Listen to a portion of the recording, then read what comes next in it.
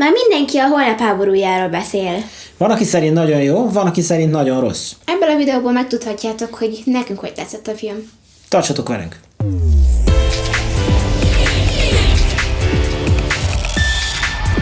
Sziasztok! Üdvözlünk benneteket ismét a Two Generations csatornán, ahol a legjobb filmekről és könyvekről beszélünk, két különböző generáció szemszögéből. Ha most jártok nálunk először, és ti is szívesen olvastok és moziztok, mindenképp érdemes feliratkozni, hogy mindig napirenden legyetek az újdonságokkal. Követhettek bennünket közösségi médiában is, Instagramon, Twitteren és Buy Me a Cafén, ahol különböző hozzászólásokat, cikkeket, posztokat olvashattok az épp aktuális filmekkel vagy megjelenésekkel kapcsolatban 2 videó feltöltése között is. Ma pedig egy új Amazon Prime-os sci-firől fogunk beszélni, akció sci-firől, a Tomorrow War, vagy magyarul a Holnap háborúja című filmről, ami nagyon, de nagyon megoszta az embereket most. Tehát nem csak az átlagos kis YouTube kritikusok kapnak hajba rajta, hanem a komoly kritikusok is. Tehát én olvastam komoly kritikákat, és az egyik oda volt érte, nagyon szerette, nagyon tetszett neki, a másik azt mondta, hogy ennél szarabb sci-fit már rég látott. Igen. Nektek mi volt a véleményetek? Nekem tetszett, nagyon tetszett, szerintem jó film volt, viszont az tény, hogy néha hiányzott a logika egy kicsit. Én először úgy voltam vele, hogy először azt mondtam, hogy hát nem, szerintem nem fog tetszeni, aztán megnéztem, és mégis tetszett. Vagy. Tudom, nem mindegyik filmmel úgy vagyok, nem igaz. Tehát tudományos, fantasztikus, science fiction. Na most ez sokkal inkább volt fantasztikus, mint tudományos. Egyezünk meg. Már csak az alap logika is rohadtul hiányzott belőle, de mégis jó volt? Jó volt. Na jó, kezdjük az elején. Ki játszik benne? Szereplők. Tehát 3 olyan színész van, akit ismerhetünk más filmekből. Chris Pratt az első, akit a Galaxis őrzőjéből ismerhetünk, vagy a Passengersből. Vagy a Jurassic Worldból. Én többet nem tudok. Ő játsza a főszereplőt, Dan Forrestert, akiről az egész szól. Aztán Yvonne Strahovski játsza a női főszereplőt. Őt például a Szolgálólány meséjéből ismerhetjük. Már aki nézte a Szolgálólány meséjét. Én megpróbáltam, nem sikerült. nem sikerült, sajnos. Szerintem nem volt jó. Igen, ja. És a másik pedig... A könyvet is utáltam, hozzáteszem. Tehát a könyvön végigvergődtem magam nagyon a Szolgálólány meséjén. Életemben könyvet még úgy nem utáltam, mint azt. Jó. Végig azt vártam, hogy na majd most lesz jó. És mindenki azt mondta, milyen vagány ez a könyv. Biztos az utolsó 20 oldalon lesz olyan vagány. Szóval nem olyanok olvasták, akik a Stephen Kinget is olvasták. Lehet, hogy nem egyezik az olvasóközönsége. Ja. És a harmadik pedig J.K. Simmons, akit például az Apple sorozatban ismerhetünk, Chris Evans-el meg Jaden Martellel, Jacob védelmében. Sokak szerint Chris Pratt nem élete legjobb alakítását nyújtotta ebben a filmben, fogalmazzunk így, hogy nem áll neki annyira jól ez a gyerekéért küzdő állását, vagy új állást szerezni próbáló édesapa szerep. Nem igazán. Tehát én most ezt most ahhoz tudom hasonlítani, hogy a Jacob védelmében ugye Chris Evans játszott, ugyanilyen családapát játszott, nála sokkal jobban átjött ez az egész. Hát vajon, mert ugye ő is először a Marvelből lett híresebb, ugye ott játszotta Amerika kapitányt, és ebből a szuperhősből átmenni ilyen családapába, neki jobban sikerült, mint Chris Prattnek. Az igaz. A sztori pedig elég kacskaringós. Történet. Chris McKay rendező eddigi munkái közül talán a Lego Batman movie az, amit leginkább megemlíthetnénk, viszont a forgatókönyvíró elég zöldfülű. Hogy hívták? Zack Dean. Mert hogy őtőle még semmilyen említésre méltót nem láthattunk eddig. észre is vevődik egy kicsit, ez az első ilyen igazi forgatókönyv írás. Igen, a történetnek van egy olyan tulajdonsága, hogy azt hiszed, hogy vége van, és aztán még tovább folytatódik. Igen. Nagyon sokan kritizáltak egy csomó mindent a filmben. Kezdjük akkor ezzel. Például? Hát például azt, hogy ugye az oké, hogy a jövőbe kell menni, megmenteni a Földet. Ugye 2 mondatban azért próbáljuk meg mégis a történetet, ha lehet spoilerek nélkül elmesélni legalább az alaptörténetet, Szilvi. Tehát mivel indul ez egész? Chris Pratt ugye egy édesapa. Igen, és neki vagy őt behívják egy olyan laborba, és ottan a kezére egy ilyen vas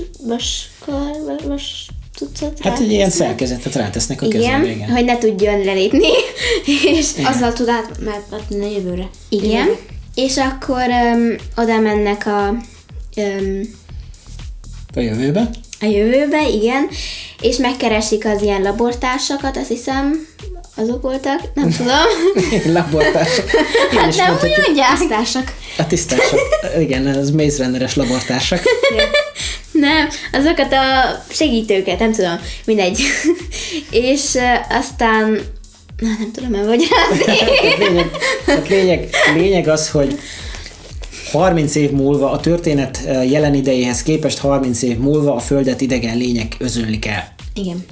Amik nem értelmes lények, hanem inkább ilyen állatszerű vadász lények, amelyeknek egyetlen célja csak az, hogy mindent felzabáljanak, ami él és mozog, igen. És nagyon-nagyon gyorsan szaporodnak, ellepik az egész Földet, és az emberiség olyannyira kihal, hogy már csak 500 000 élnek az egész Földön emberek, és nagyon vesztésre állnak a háborúba, és ezért megépítenek egy kezdetleges időutazó időgépet, amellyel eljönnek a jelenbe, Chris Pratt jelenébe, és onnan próbálnak még segítséget kérni, katonákat toborozni.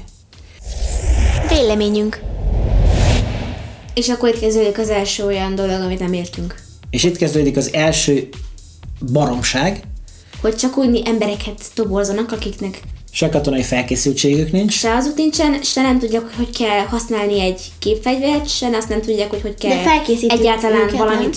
Hát igen, azt hiszem egy hét van normálisan a felkészítésre, de az a lényeg, hogy ezek az emberek, tehát a Chris Prattnek a csapata, az felkészítés nélkül megy be. Igen. Tehát ott vannak vagy 100 valahányan, vagy 200 valahányan, nem tudom mennyien, akik felkészítés nélkül kell bemenjenek, mert a szörnyek megtámadják az utolsó kutatóintézetet, amely a szörnyek ellen... Az volt az kutatóintézet. Igen, szörnyek ellen próbál kifejleszteni egy mérget, amivel meg tudják őket ölni. Labortársak. A labortársak. És csak minden 7. nap támadnak. Nem. Akkor... Az jó lenne. Nem, csak minden 7. nap nem támadnak.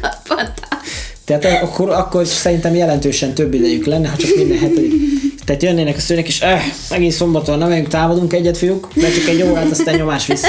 Yeah. Hatalmas kanyarok vannak a történetben, viszont az akció jelenetek azok nagyon jók. Nagyon jól sikerültek. Nagyon jól meg vannak csinálva, tehát igazi 200 milliós költségvetéshez méltó film. Paramount Pictures készítette, eredetileg mozira tervezték, aztán a Prime megvette. Az Amazon Prime megvette, igen. Még az igazából nem volt a szörny téma, de mindegy, a szörnyekhez. Egy kicsit úgy néztek ki, mint a Stranger Things-ből a szörnyek.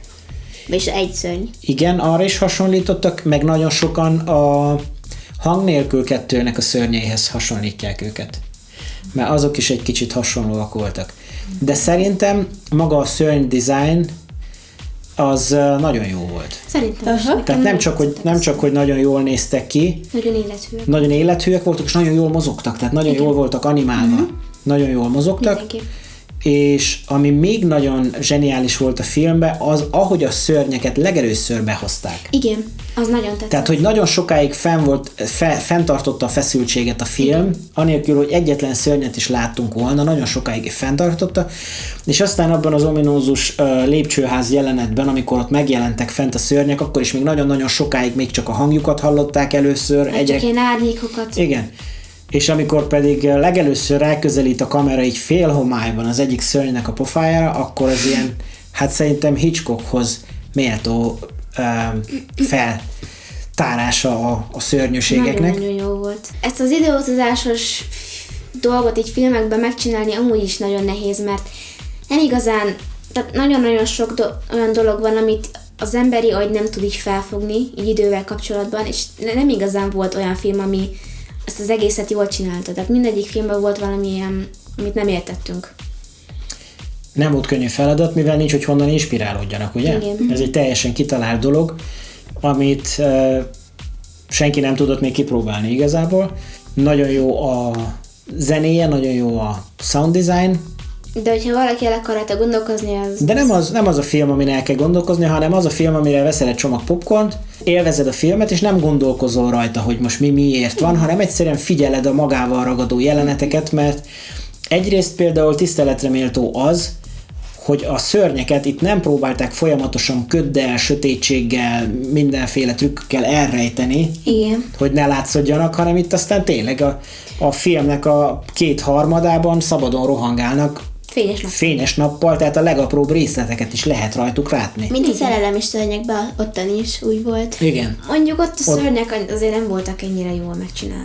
Jó, de akkor... De egyediek voltak nagyon. Igen. De egyediek voltak. Egyediek Tehát azok a szörnyek még ennél is egyedibek voltak, Igen. mert ugye ezeket már tudják mihez hasonlítani, de a szerelem és szörnyei azok nagyon egyediek voltak. Igen.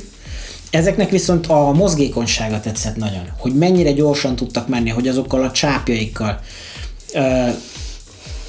nagyon gyorsan, vagy amikor a levegőben is, hogy még mint az ilyen repülőmókusok, hogy volt egy ilyen bőrhártya, amit hogyha úgy kinyitottak, akkor a levegőben is tudtak egy kicsit úgy vitorlázni. Igen. Nagyon jó. Volt egy olyan izéjük is, amivel tudtak lőni valamit. A csápjaikból ilyen tüskéket, hát azért igen. hívták őket, úgy nevezték őket, hogy fehér tüskék. Ezek ilyen albino szörnyek voltak. Értékelésünk. A történetet értékelni nem lehet jól értékelni, mert a történet az nagyon gyenge volt. De viszont meg minden más meg nagyon vagány volt. Nekem tetszett. Tehát engem például nem zavart. Engem sem. Na tehát értékelés. Szilvi, hanyasra értékeled? Én 8-asra. Nori? Én is 8-asra. Én is csak egy 8-ast adok neki. De még az átlagos 8-as pontszámmal is azt mondom, hogy aki szereti a sci-fit, annak szerintem érdemes megnézni. Velünk pedig találkozhatok legközelebb itt a Two Generations csatornáján. Addig is. Ne felejtsek el. Addig is Szilvi, ne felejtsen el feliratkozni. Meg lájkolni. Meg lájkolni. Tehát Szilvi, téged oda teszünk egy számítógép elé, és egész végig lájkolni, meg feliratkozni fogsz, amíg ide a következő videót feltöltjük. Szóval like. Oké. Tehát akinek nem tetszik a videó, az nyomja meg a dislike-ot 2-szer mindenképpen. Mit ne felejtsenek el még esetleg? Kommentálni, és bekövetni minket Instagramon, Twitteren és Buy Me a Coffee-n. Így van. Üdv a családnak, legyetek jók! Sziasztok! Sziasztok!